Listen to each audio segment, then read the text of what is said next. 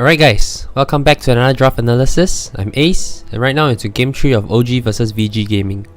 Okay, in game 2, I thought that I mentioned the draft was even, and I thought that OG would just outclass VG, but no, VG played extremely well.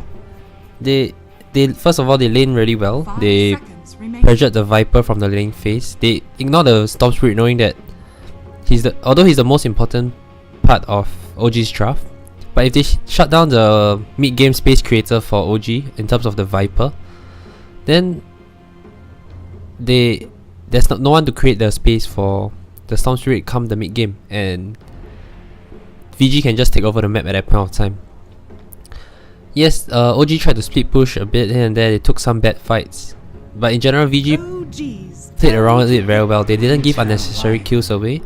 They just pretty much utilize their lineup very well. They always get good RPs off. They always make use of DP's ulti to get an objective, be it Roshan or T1, T2 towers, and they played very systematically with the Shadow Shaman wards as well as DP ulti. And they also utilize Juggernaut's ulti every time it's off cooldown to get a kill into a tower. So I felt their whole play was very smooth, and it kind of just outplayed OG in a way. With the Viper shutdown and Storm Spirit being the only hero on the map that has farm, he just didn't have enough time to become the threat that he should be in the late game. OG wasn't given the chance to go to the late game. They tried to take some fights to bring it back, but it just brought them further and further behind. So yeah, overall it's a very good game by VG. And that being said, now it's 1-1. Let's move on to the third game and see how it goes. Okay, VG banned pretty much the same heroes, the Earth Spirit, Beastmaster as well as Brewmaster. OG on the other hand, they changed up their bans a lot. If you notice, game 1, when OG won game 1, VG switched up their bans in game 2, removing Earth Spirit as well as Brewmaster, which they didn't in game 1. Then when VG won game 2, OG switched it up and banned Undying and DP, which VG used to win game 2. So it's like, cause this is a new patch, so everything is very fresh. People are just trying to get the opponent out of their comfort zone. So you see Undying and DP ban is mainly just something that VG is very comfortable of, and they want to remove it. VG Gaming, they go for the first pick, Ogre Magi. I mentioned that Lanam is one of the captains that really like to pick these unusual first pick heroes. I think before this, VP was the only team that prioritized Ogre, but I can see what Lanam is trying to do. He's trying to pick this very tanky, lane dominating position 4 heroes. Previously it was the Undying, now it's the Ogre. And you pretty much serve the same purpose. You want to dominate one lane and play around from there. OG, they respond with Winter Wyvern Clockwork. It's probably going to be Fly on the Winter Wyvern. It's one of his classic as well. On top, last game the Phoenix was his classic, and Winter Wyvern was also his classic back in the days. I think when he first formed OG, Winter Wyvern was one of his go-to heroes. Clockwork, I would say there's a like 10% chance it's going to be S4 hero and a 90% chance it's going to be Jarex hero. I'm not sure exactly. Actually, I'm leaning it slightly more now, because I'm not exactly sure why you'll pick Clockwork for Jarex. It's not really his hero. He has so many other better heroes in the pool right now. So S4 being more of a Clockwork player, maybe in terms of players wise, I think there's a higher chance that S4 will play it. I mentioned 10%, 90% is due to the role I feel this hero should be played in. But back to the comfort hero picks, I feel it's more of an S4 hero. Yeah, so it's still uncertain, but let's see how it goes. OG, they ban away Omni Knight as well as Bat Rider. Seems like banning away 2 comfort picks. Sorry, I forgot to mention that VG did pick up the OD, which is very surprising. Like, why would you see an OD second pick? It's very strong against Winter Wyvern's Cold Embrace. It's good it's a natural 4-staff builder, so it's good against Clockwork. You can save your teammate who got gone on by Clockwork with Astral Imprisonment as well as a 4-staff of your own.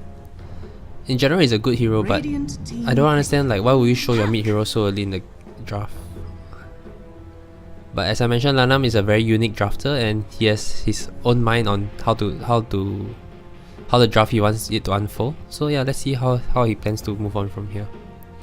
VG, they ban away Nyx and Pagna in the second phase, so I think they're expecting this Clockwork to be on offlane, and the Nyx will be Jarek's hero. But regardless, Nyx is a very strong hero against OD. The mana burn is extremely deadly towards the OD. The amount of damage you do is crazy, and Spike Carapace as well. It works very well against OD. When you pop Astral Imprisonment aggressively, the Nyx can just run beside the spot and pop his Spike Carapace to guarantee a stun onto OD. Pakna as well is another hero that is extremely strong against OD, so yeah, pretty much VG just removed two heroes that do well against OD. OG, I mentioned they banned the Omni Knight as well as Bat Rider. Bat Rider is a very strong initiator for VG's gaming lineup, and if you pair up an OD together with Omni Knight, he's going to be pretty unkillable, so it's just very scary for their lineup right now. And he's also one of the heroes that Young 11 used to play back at 7.06. OG go for the Puck here, so this is probably going to be S-Force Puck and Direct Clockwork as I mentioned. Yeah, so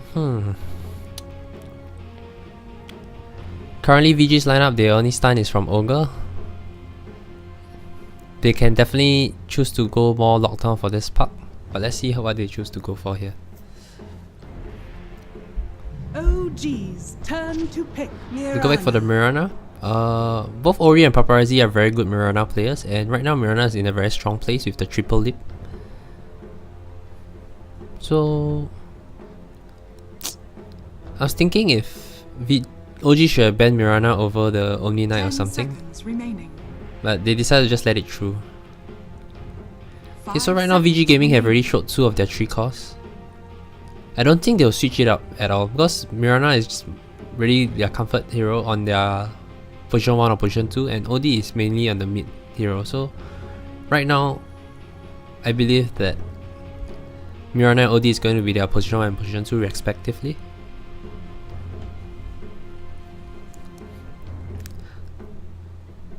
Oh, something I forgot to mention that now is OD can set up an arrow for Mirana. So that being said, I take back whatever I said just now, and this Mirana might become a position 4 right now for Lanham, or maybe even Fenrir playing it.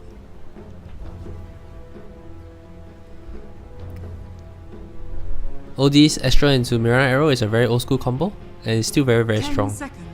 But lucky for Puck, he can phase shift the arrow unless it's perfectly timed such that the arrow is at the spot of the Astral Imprisonment when it pops out, and Puck doesn't have the time to phase shift it. I mentioned OD is good against Winter Wyvern because when you core embrace a target, OD can technically just steal free intel from the target. He just right clicks him for free, and after he can let go of a huge OD ultimate. Okay, OG they go for the Sniper. Sniper is a very strong laner against OD, one of the few that can actually lane very well against an OD, and it's the late game insurance that OG needs going into the... It's going to be Resolution's hero in the mid lane, and as I mentioned, they like to put a lot of farm priority on him. So yeah, Sniper is a good hero for that. And usually Sniper likes to stand very near to his tower, so even if he gets Astral into arrow, the TP support can always come in to protect him. Winter Wyvern can always TP in and just throw a core embrace and he should be fine. So the roaming Mirana might not be as viable now anymore, which is why they go for a Lion. And back to the point that this Mirana is most likely going to be a core.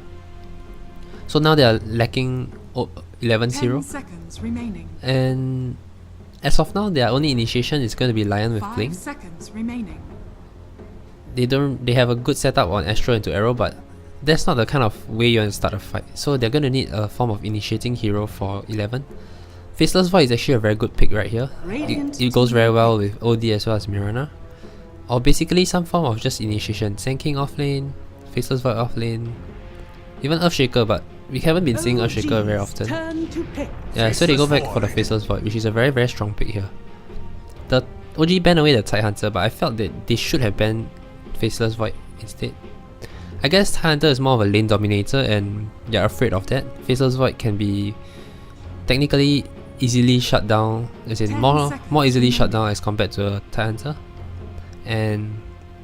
But still, both of them provide the same thing in terms of this big teamfight ultimate that allows the rest of his team to do out their damage. Choose your hero. Okay, so OG go back for the No-Tails Vengeful Spirit, and it's a defensive hero that... Sorry, it's a hero that has defensive capabilities that can save the resolution sniper when he gets gone on. And OG also has the Winter Wyvern save on the Cold Embrace target. Okay, so right now, I feel that OG, same as their... This has always been their biggest, I would say, problem, as well as... Maybe it's their style, but it's a good thing and a bad thing. They over-rely on resolutions farm, and as I mentioned, if he doesn't get a good game, then OG just falls off, and for all the games that they win, it's always because he just snowballs.